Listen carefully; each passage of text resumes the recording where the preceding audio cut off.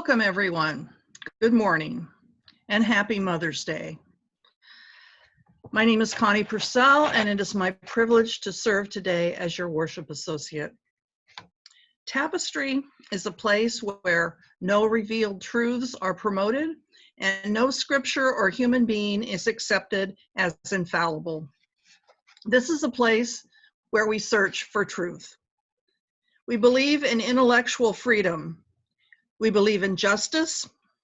We believe in compassion and concern for each other and the whole world. We believe in commitment to those whose ideals make us caring and active in the struggles for human dignity. Here, we are also committed to honoring diversity. You are welcome here, whatever your background or belief. We are a welcoming congregation, open to those who share our values of free thought and lifelong learning. Here, your reason is honored and your need to serve others is fostered. We come here to Tapestry to practice loving our neighbors and loving our whole selves. This particular hour is an opportunity to reflect and open ourselves to encounter the sacred. Once again, welcome to Tapestry, a Unitarian Universalist congregation. Thank you all for your patience as we learn this new way to be together in community. Please remember to keep your microphone muted during the service, but we are happy to see your smiling faces. I encourage you to find a chalice or a candle at home that you can light when we light our chalice together in a moment. And now, take a moment to greet one another using the chat function.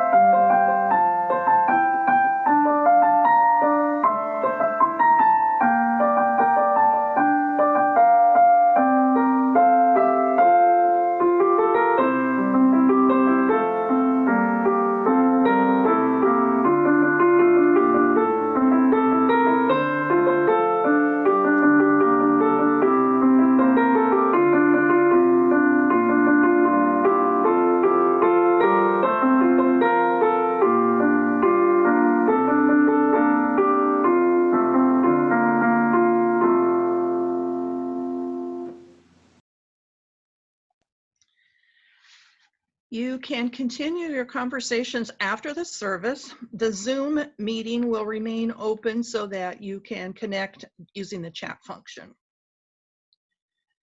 Tapestry always has interesting and fun and meaningful events for people of every age and interest. Even during this time of isolation, we're still active with several Zoom meetings and social justice actions that you can make from home.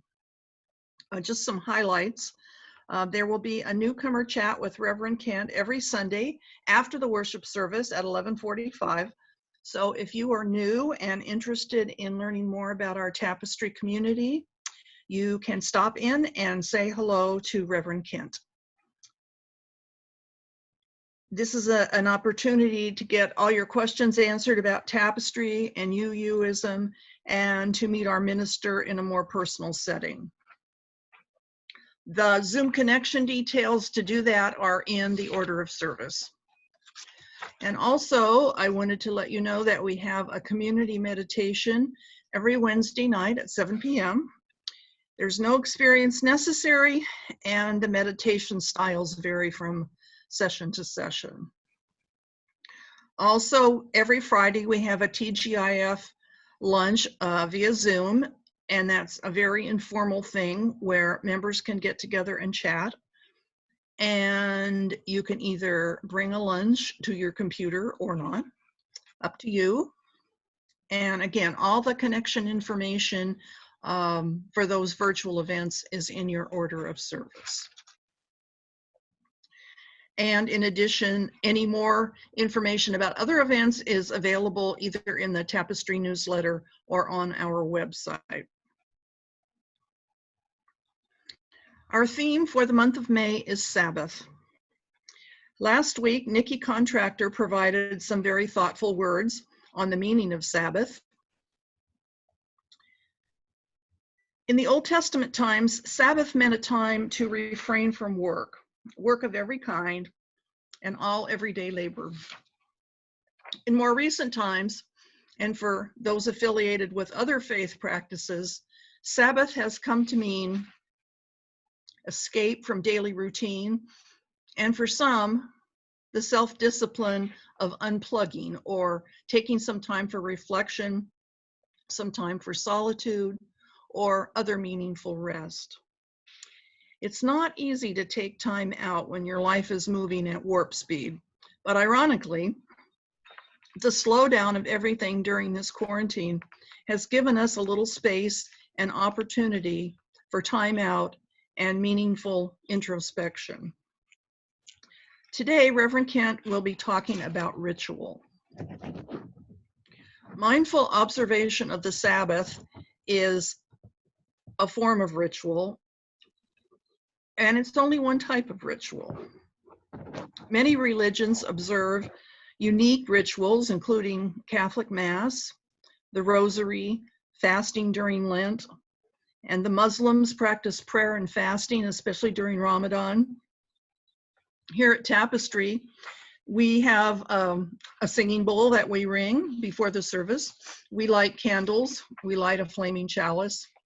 We have such rituals as water communion and flower communion. We have welcoming ceremonies for new members. We recite a covenant, and we have a child dedication for infants and young children. These and other rituals connect us with a sense that we are part of something larger than ourselves and that our lives have a bigger meaning. Reverend Kent will explore the ways in which ritual provides this structure shortly. And now I am going to light a candle as a symbol of our flaming chalice. And if you have a candle at home or a chalice, you are welcome to light yours as I light mine.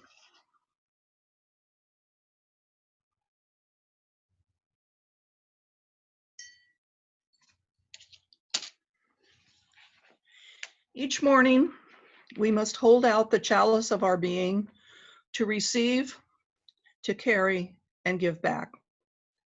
May we know once again that we are not isolated beings, but connected in mystery and miracle to the universe and to each other. Please join me in saying our covenant, which is on your screen, followed by our, saying our covenant and then singing our song of affirmation, which Melissa will play. Love is the spirit of this congregation and service is its law. This is our great covenant, to dwell together in peace, to seek truth in love, and to help one another.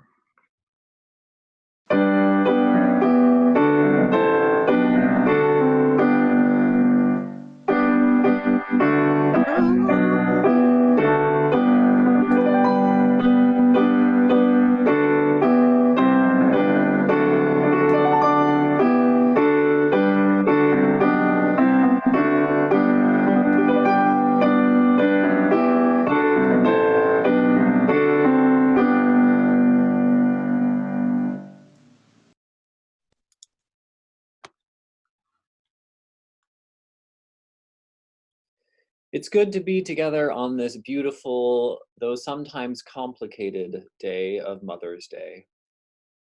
To all those who have mothered, we thank you. To those who rejoice in the work and the role of mothering and mothers, we celebrate with you. To those who are in the thick of parenting children of any age, we appreciate you.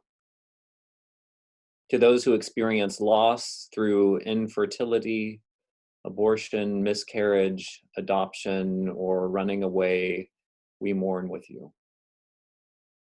To those who have lost their mothers, we grieve with you. To those who experience pain at the marking of this day, we witness you. To those who are single moms, grandmoms, stepmoms, foster moms, adoptive moms, mentor moms, and spiritual moms, we need you. And to those who have been kept apart from family this year by coronavirus, we share in your frustration. We bring the complexity of life and love and mothering and being mothered with us to this time of worship. It's good to be together. Let us join together in worship this Mother's Day. Our opening hymn this morning is number 1000, Morning Has Come, and Eddie Moeller is here to lead us in singing.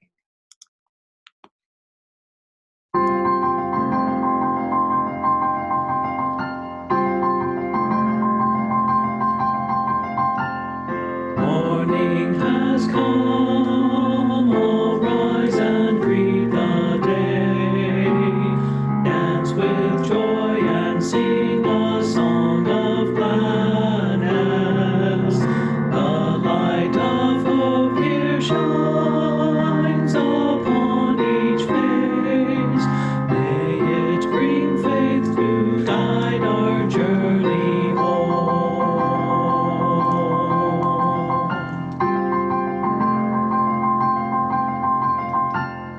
A new day dawns, once more the gift is given. Wonder fills this moment shared together. The light of peace here shines upon each face. May it bring faith to guide our journey home.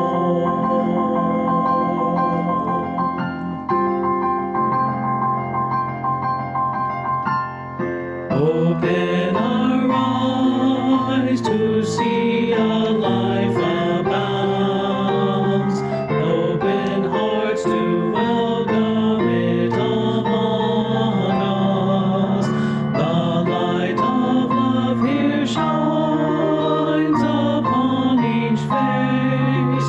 May it bring faith to guide our journey home.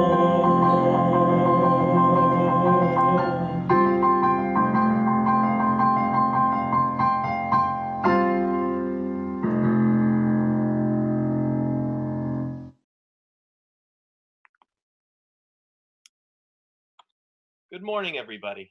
Happy Mother's Day to all the mothers out there. Before I do get into the time for all ages, I do want to just send out a reminder to everybody out there.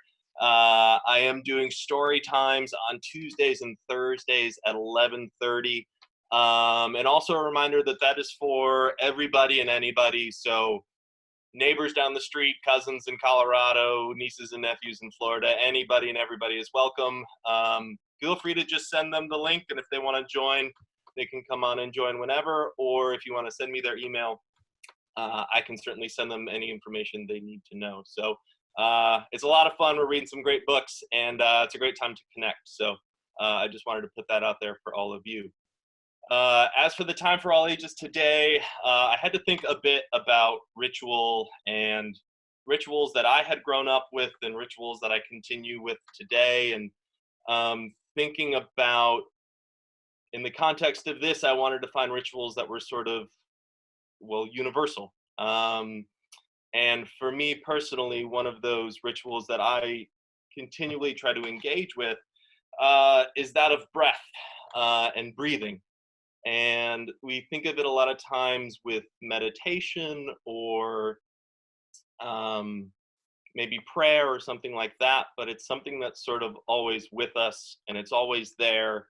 And until sometimes putting conscious awareness to that breath, we don't realize how impactful it can be. And in fact, preparing for this, it made me think of my first Time for All Ages that I read at Tapestry not too long ago. and my nervousness with that, and going back to that ritual of breathing to calm my body and calm my mind. So yeah, I was thinking about that and how impactful it can be when we put our awareness to the simple ritual of breathing, something we do all the time, but we are mostly kind of unaware of or don't put much awareness to. So today, Breathe and Be. It's a collection of mindfulness poems by Kate Coombs. I breathe slowly in, I breathe slowly out. My breath is a river of peace. I am here in the world. Each moment I can breathe and be. What am I thinking? What comes and goes in my mind? I watch my thoughts. They swim by like little fish. They shine blue, green, red, yellow. There is a quiet place in my head like an egg hidden in a nest, a place. I go when the world is loud, a moss-green forest with birds.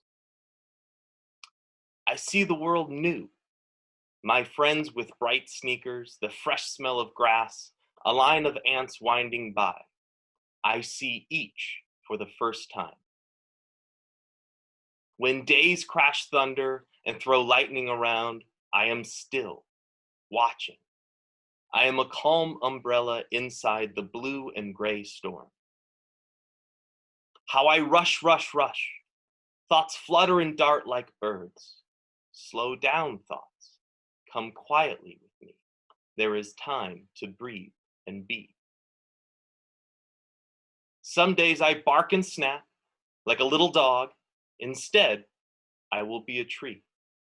Leaves, branches, roots, patient. In summer, in fall, winter, spring.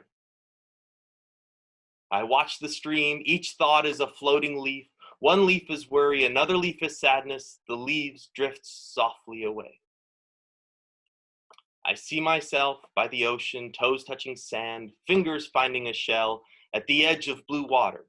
Where is your quiet place? Tomorrow's an egg that hasn't hatched. Yesterday is a bird that has flown. But today is real. Here now, this minute, the true wings.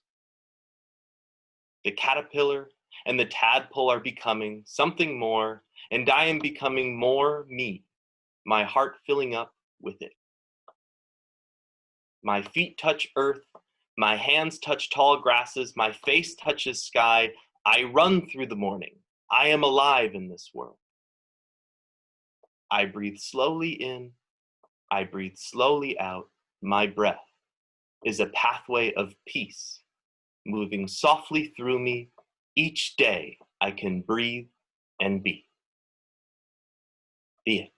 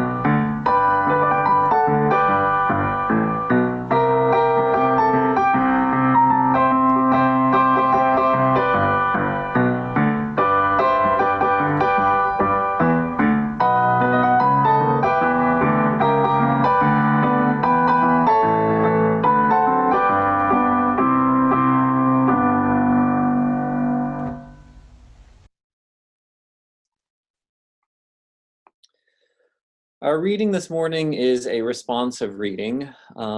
As a reminder, we're keeping our microphones muted, but if you want to read along with me, especially on the pieces that are italicized, I invite you to do that.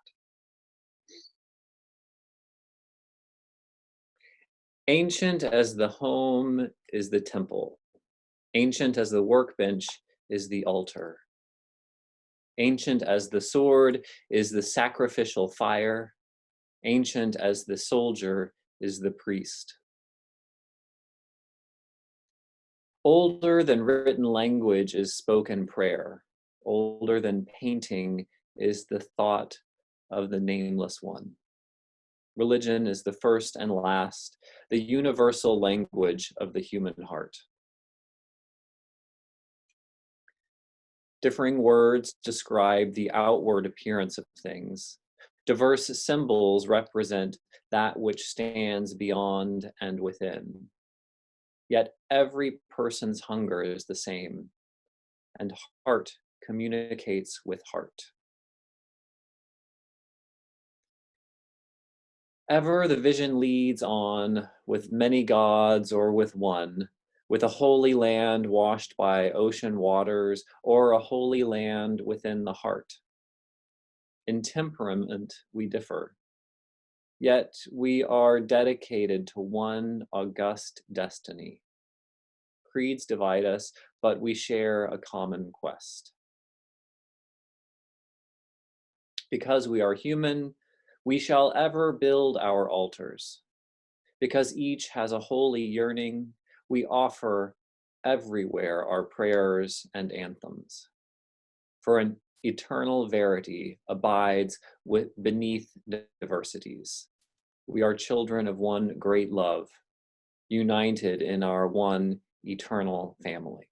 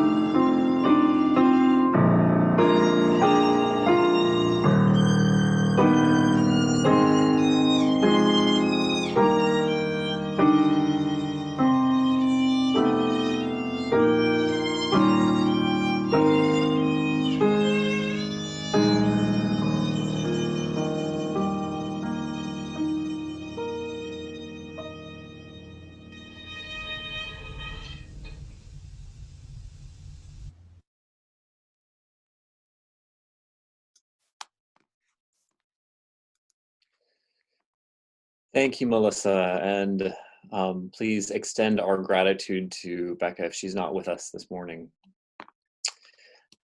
Since we're talking about rituals today, talking about putting our thoughts and feelings into symbols and to actions, I want to invite you into a different kind of prayer.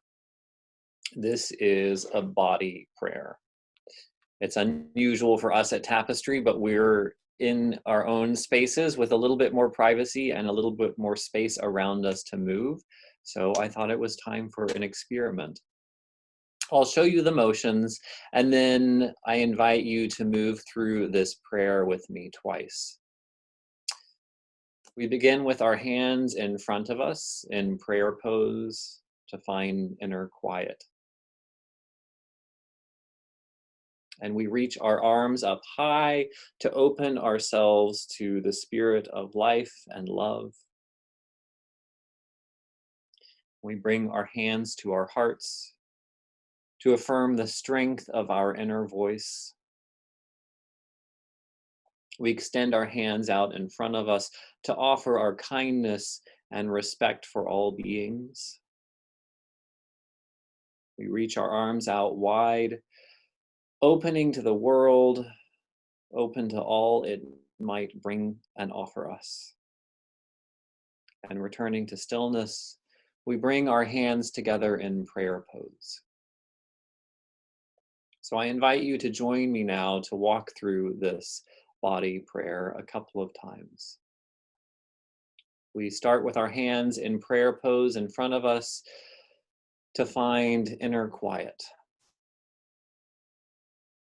And we raise our arms up high to open ourselves to the spirit of life, the spirit of love. We bring our hands to our hearts to affirm the strength of our inner voice. We extend our hands out in front of us to offer kindness and respect to all beings. We reach our arms wide, reaching out to the world, being open to all it might offer us. And returning to stillness, we bring our hands together in prayer pose. One more time. We start with our hands in prayer pose to find inner quiet. And we raise our arms high to open ourselves to the spirit of life, the spirit of love. We bring our hands to our hearts, affirming the strength of our own inner voice. We extend our hands out in front of us to offer our kindness and respect to all beings. We reach our arms out wide, reaching out to the world, being open to all it offers us. And returning to our stillness, we bring our hands back in prayer pose. So now that we are awake and feeling connected to our bodies and ready to breathe more deeply, we join for a short time of silent prayer or meditation. I invite you in this time to feel a sense of connection to this community and connection to the earth that is mother to us all. Let us join in silence.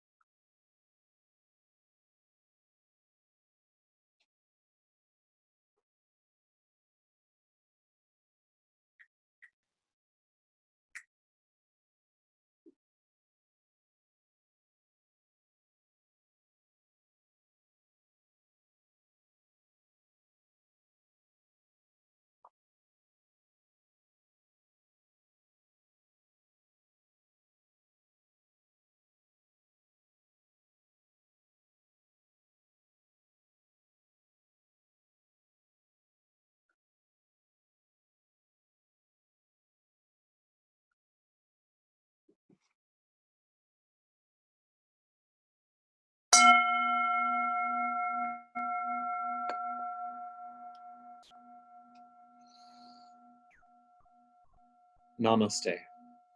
Amen, and blessed be.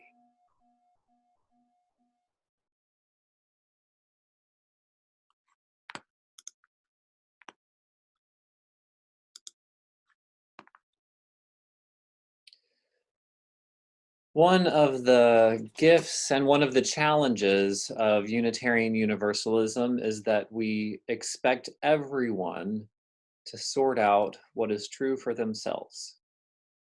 This isn't unique to Unitarian Universalism. Protestants have believed this for a very, very long time, starting with Martin Luther and the Reformation. They called it the priesthood of all believers. That is to say that no one person has more direct access to the truth or the sacred than any other person. Each one of us is able, and to some degree required, to think for ourselves as we address the bigger questions in life. Many of you are here because of that freedom and encouragement to pursue our own spiritual path. We fully embrace the free exploration of ideas. This Sunday, I want to push that freedom a little bit further. This Sunday, I want to explore the idea that each person has the right and responsibility to tend to the physical aspects of their spiritual life. Each person can use rituals that help support a sense of connection, wholeness, and well-being. Today we're talking about rituals, and there are so many different kinds. Tiny moments or grand, elaborate affairs. The way we greet the day each morning, or the way that we're remembered in a memorial service. Because they're so diverse, instead of trying to define what exactly a ritual is, I thought I might share with you some of the rituals from my life. One of the big rituals of my life involved a lot of you, actually. It was my installation as the settled minister here at Tapestry. An installation of a minister is a celebration of the relationship between a new minister and the congregation they serve. So just like a good wedding or a good birthday, a good installation should take on the personality of the congregation and the minister. In Tapestry fashion, we decided to make it a big party. We kicked off the whole thing with a parade of Tapestry members playing all sorts of instruments, including a parade of children playing kazoos. Because I was involved in most of the planning that was involved, I knew most of what was happening. The surprise for me, though, was this stole. This stole, the one that I wear nearly every Sunday, was commissioned and made by a local artist to coordinate with our beautiful tapestry that hangs in the sanctuary. I'm going to brag for just a moment and say that it was so admired by our sister congregation in Fullerton that they wanted to know who the artist was so they could have one made for their minister as well. Probably the most unique piece of the day was the pyrotechnics. And yes, you heard that correctly, pyrotechnics. I've never seen it done in a church before or since, but we used indoor sparklers as the 20 or so clergy recessed from the building. It was a little smokier than we anticipated, and not everyone's sparkler worked perfectly, but it was so much fun. After the service, there was a big party with amazing food and decorations. The whole affair was tapestry through and through. Some installations of ministers are so serious, they verge on being somber, but not this one.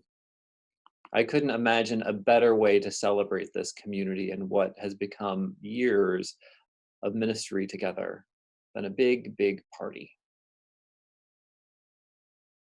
Another memorable ritual for me was presiding at the wedding of a couple of great friends.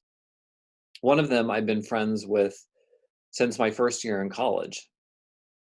As most people do, we went through a lot in our 20s, lots of ups and downs, loves and losses.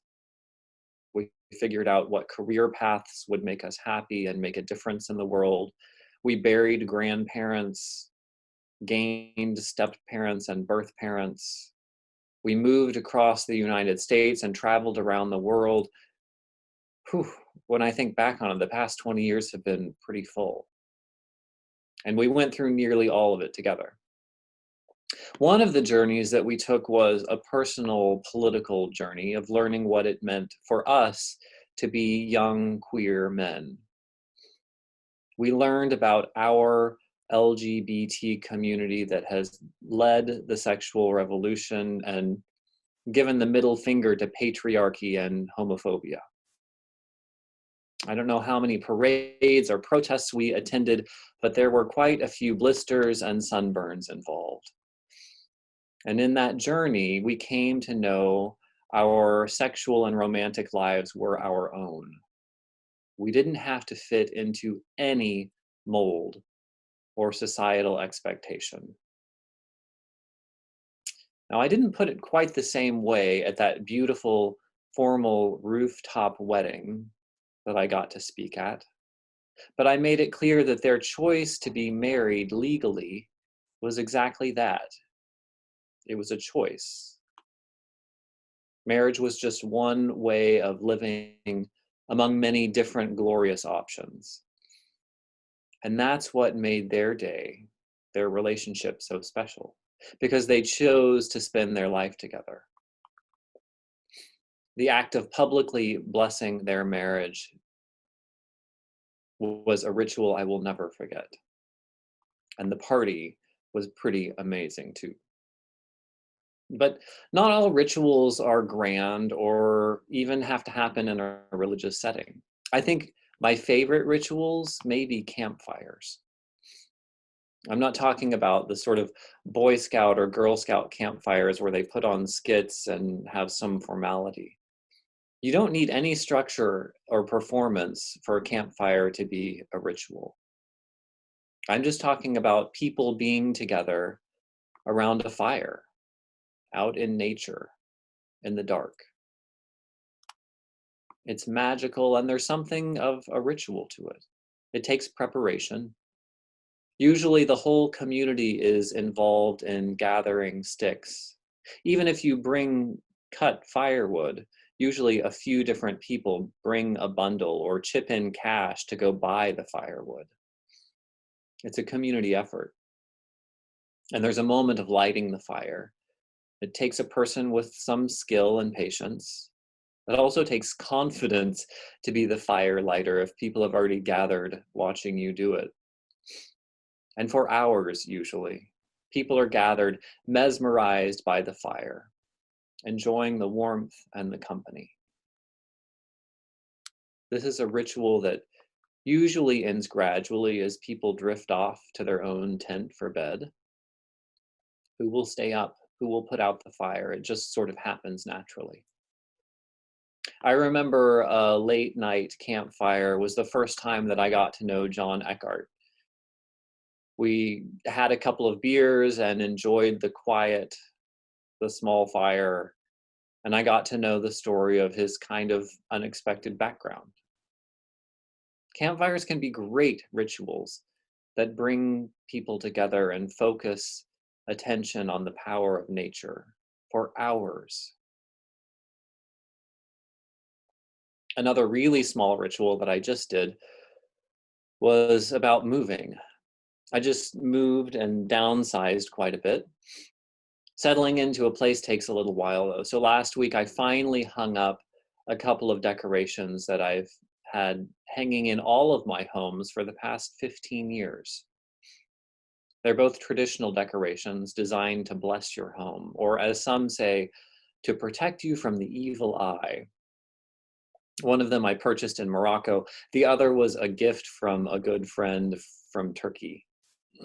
He also has the same 2 good luck charms hanging in his home. Finally getting these hung on my wall at home was a tiny ritual of making the space my own. And the last ritual that I want to mention is probably the quickest. Every Sunday morning before worship, I put on my stole. As I do, I'm reminded of the responsibility and the privilege of serving a religious community. It's a quick moment, but I never put on this stole without being reminded of what it symbolizes and the role that I'm fulfilling. So, enough about me. I'm sure by now you've begun thinking of some of the rituals in your own life. There are a bunch of different rituals in our lives. Some happen at Tapestry in our religious home. The majority of them, though, happen in other spaces with other groups of people we're in community with. Because they're so different, it's hard to describe exactly what a ritual is, but I can say something about what they accomplish. First and foremost, rituals focus our attention on something special. Whether it's a relationship or a sense of the sacred, the sensory experience, and the steps involved in a ritual draw our attention to something that's really special. For the big ones, we take time apart. We may need to travel or buy a special outfit. We jump through a lot of hoops to attend a wedding or a graduation. Those preparations can seem extraneous. They can also serve as a tool to focus our attention. Smaller rituals. Any given Sunday, we use images of a chalice, or the bright colors of our vibrant tapestry, or the familiar tunes and words in our worship service, to focus our attention on a special community, a special hour. In addition to focusing our attention, rituals mark time. Chalice lighting and extinguishing during the service mark the beginning and the end. Funerals mark a transition, not just for the dead, but for everyone who will continue on with a life changed by absence.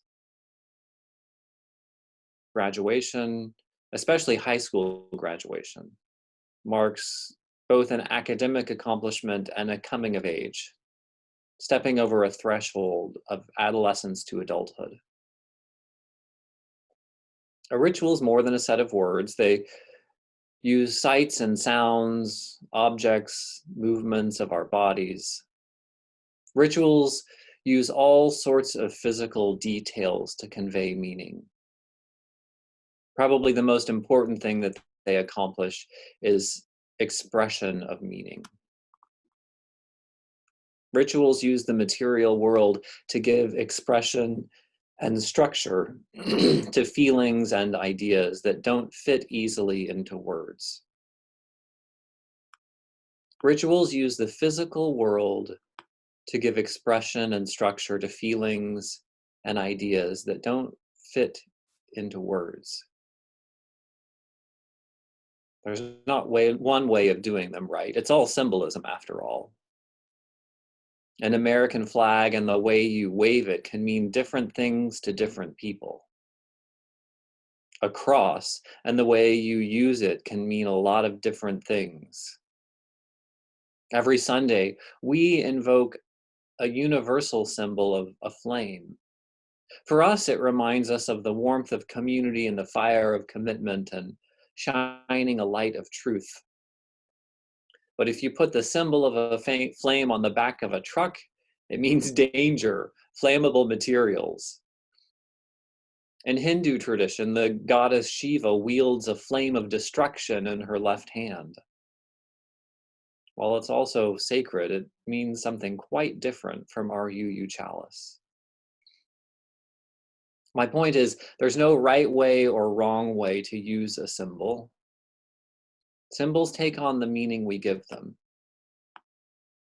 And when we invest in those symbols, they can have tremendous power.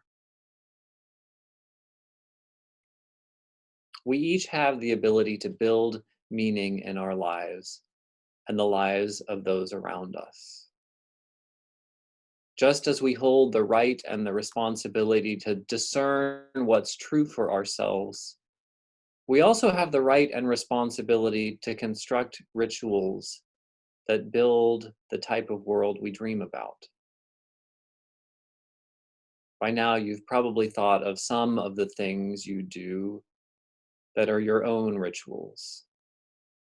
Morning or evening rituals, holidays, spiritual practices, the way you handle objects that are important to you. We all create rituals, lots of them. I want to invite you to be aware of the power we wield when we do that. I want us to be aware of how we open or close our hearts off to the power of rituals, big and small. And to know that we can create new ones or stop using ones that are no longer working or that are painful. All it takes is a little creativity and paying attention to how the sacred shows up in our lives. We each have the ability to build meaning in our lives and the lives of those around us. Amen.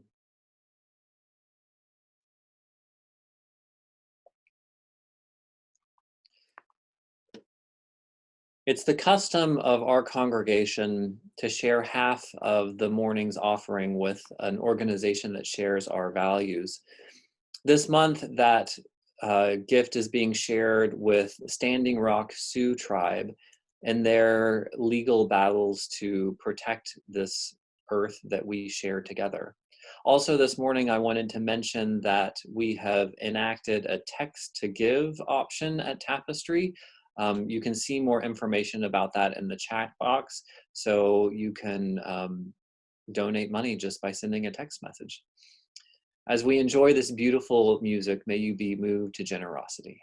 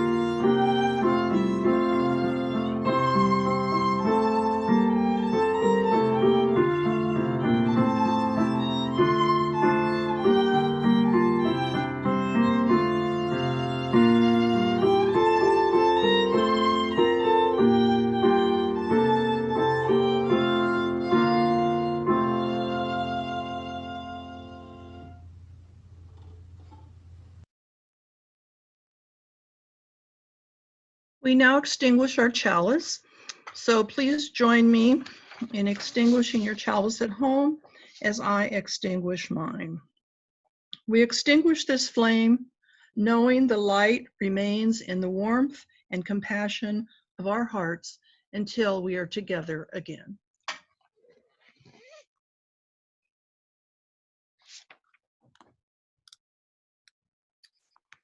May the prayers of our hearts and the songs of our lips shared this hour in worship be with us now and in the days to come.